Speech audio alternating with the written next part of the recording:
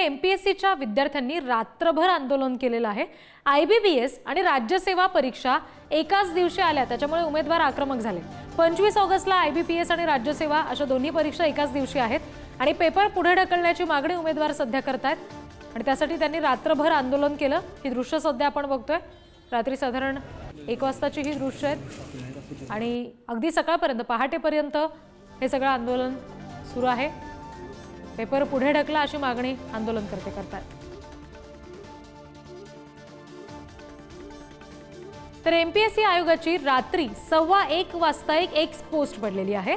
गट अ आणि गट ब ची जाहिरात 2 दिवसात प्रसिद्ध करणार असं स्पष्टीकरण आयोगाने दिलंय। या संवर्गातील पूर्व परीक्षेचं आयोजन ऑक्टोबरमध्ये करण्यात येईल असंही आयोगाने म्हटलंय, पण 25 तारखेला परीक्षा होणार असं जवळपास आयोगाकडून स्पष्ट करण्यात आलेलं आहे।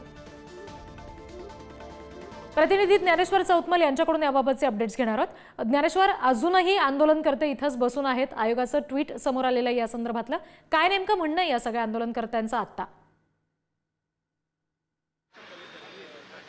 काल रात्री 8 वाजता हे आंदोलन सुरू झालं। आता 9 वाजता आहे। जवळपास 13 तासांपेक्षा जास्त वेळ झाला हे आंदोलन पुण्यातल्या नवी पेठ परिसरामध्ये सुरू आहे।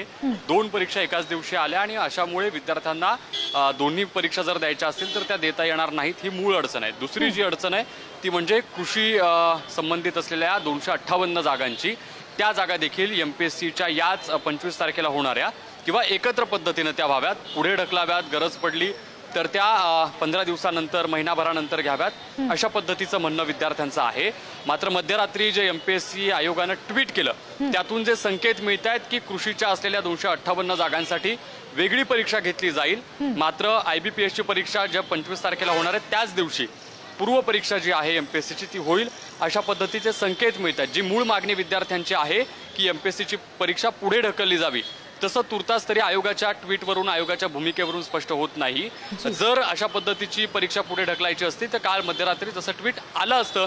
आज दिवसभरात सरकार दरबारी यासाठी प्रयत्न होणार आहेत। आमदार अभिमन्यू पवार यांनी असं सांगितलंय की आज मुख्यमंत्र्यांची ते भेट घेणार आहेत, पुन्हा एकदा चर्चा करणार आहेत। जर सरकारकडून अगदी जलद गतीने काही प्रयत्न झाले, त्याला यश आलं तरी परीक्षा पुढे ढकलली जाऊ शकते का, याची सगळी विद्यार्थ्यांना अपेक्षा आहे। बघावं लागणार आहे विद्यार्थ्यांची ही अपेक्षा पूर्ण होते का प्रशासनाकडून हे पाहणं महत्त्वाचं असेल। ज्ञानेश्वर, धन्यवाद दिलेल्या माहितीसाठी।